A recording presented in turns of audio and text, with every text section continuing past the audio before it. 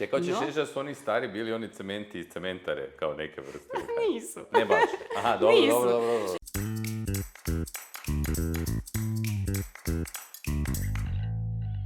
Sad se već neko vrijeme u ovome svemu referiram na građevinske nekakve usporedbe stomatologije i vanjskog svijeta, pa tako je i famozna riječ cementiranje u našoj struci, nešto je nama najnormalnije i cijele dane ju koristimo i ništa nam tu nije sporno, a čini mi se da našim korisnicima, našim pacijentima je riječ cementiranje potpuno onak kao molim šta, ili barem svima koji su relativno novi u nekakvim zubnim nadomjescima, ovi stariji naši pacijenti to već ipak su sve polovili. Dakle, riječ cementiranje je k nama ušla zato što smo i nekada davno, kad su se počele stvarati prve nekakve strukture koje su se stavljale na zube, njih je trebalo nekako zalijepiti i fiksirati. Ljepila tu ne pomažu, nego su se razvili posebni prahovi koji su se miješali s tekućinama i oni su zaista po nekoj prirodi cementi, dakle slični su pravom cementu, utoliko što mehanički popunjavaju neki prostor i tu mehaničkom silom nešto drže na okupu. Dakle, kak se drži zgrada, tak se drži to nešto na zubu. Tekar u novije doba su se počeli razvijati nekakvi drugačiji kompozitni cementi koji sad u sebi zaista imaju i kemijsku vezu sa zubom. Znači stvarno se razvija i nešto drugo osim same frikcije, prema tome imamo i kemijsko ljepljenje na zubnu strukturu. Nekakvi praškovi, nekakve tekućine, a sad stvarno nećemo u kemiju ulaziti, nije to baš toliko bitno. Uglavnom danas imamo nešto što je sličnije ljepilu i mi na vaše zube mažemo nešto što je sličnije ljepilu, to zovemo bond ili adheziv. Tako da danas je ta kemijska veza ipak već ima svoju snagu ovdje, ali i dalje mi to sve zovemo cementiranjem jer je ta riječ prejako ukorijenjena u našem poslu i da mi nešto cementiramo po vašim zubima.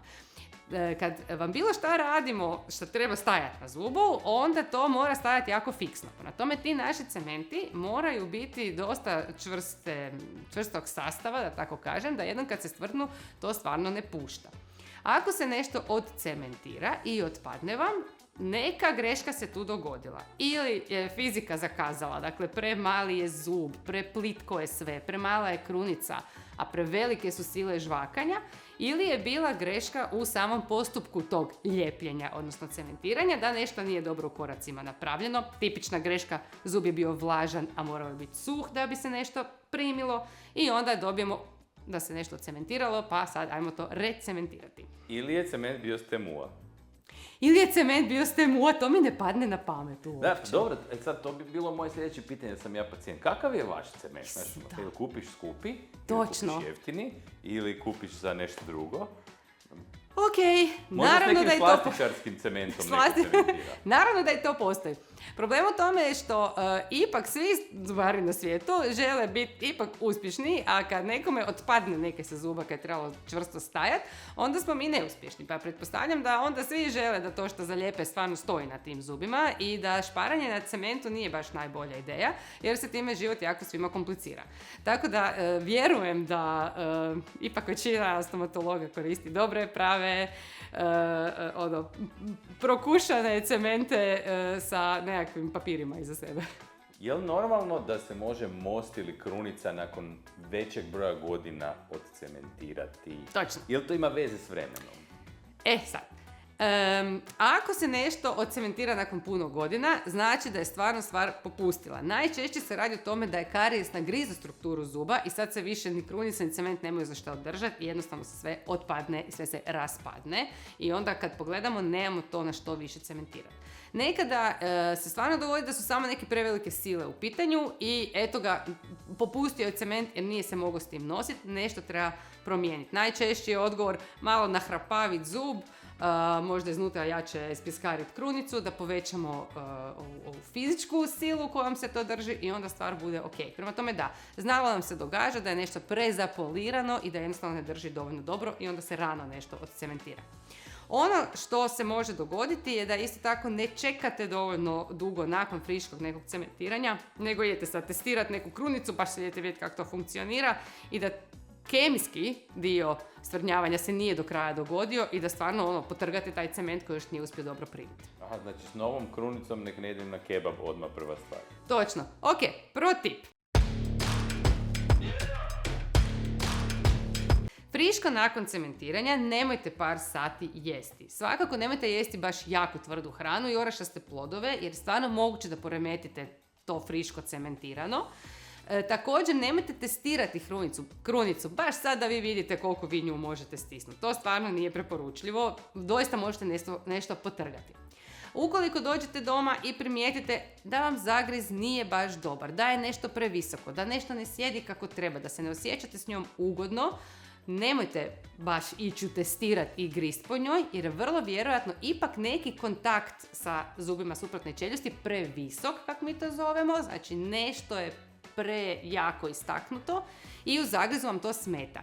Strpite se, javite se sutra doktoru, dođite na ubrušavanje, da mi to malo prilagodimo, a nemojte vi sad baš ići po tome skakati, jer to što je previsoko ćete zaista možda i potrgati, pogotovo ako je to nekakva keramika, može čipirati, znači može se odlomiti. Znači strpite se sa žvakanjem, javite se doktoru i recite, i tu stvarno je super kad je pacijent točan u tome. Kad napravim ovo, onda osjetim da mi smeta. Pa to najviše volimo. To nam je odlično. Aha, super, mi to ubrusimo i idemo dalje.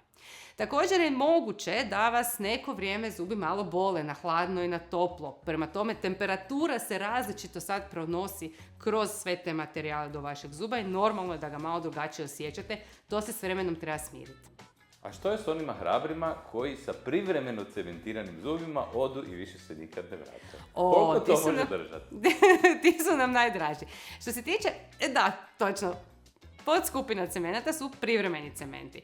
Znači mi kad trebamo nešto staviti na vaše zube što moramo moći skinuti opet, a ne raspiliti, onda koristimo privremene cemente, što znači da uz malo tapkanja ili potezanja on popusti i možemo rad skinuti sa zuba. Nekad taj privremeni cement jako primi.